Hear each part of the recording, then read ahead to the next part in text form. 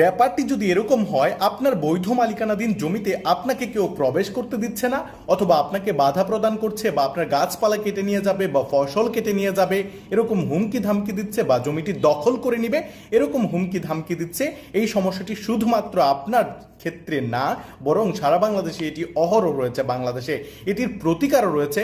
মাত্র ৪৫ দিনের মধ্যে নির্বাহী ম্যাজিস্ট্রেট আদালতে আপনি আবেদন করার মাধ্যমে আপনি কিন্তু এই সমস্যার সমাধান করতে পারবেন।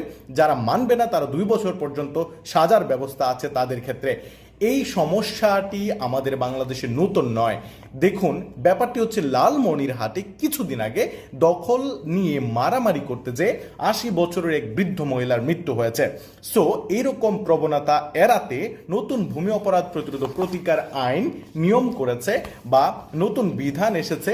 এই সম্পূর্ণ বিষয়টি আমি নতুন ভূমি অপরাধ প্রতিরোধ ও প্রতিকার আইন ২০২৩ এবং প্রতিরোধ ও প্রতিকার আইনের বিধিমালা ২০২৪-এর সংশ্লিষ্ট বিধি থেকে আলোচনা করব, কিভাবে এই সমস্যা থেকে পরিত্রাণ পাবেন এবং যারা এরকম দুষ্টামি করবে, জমিটি দখল করতে আসবে, তাদের শাস্তি কিভাবে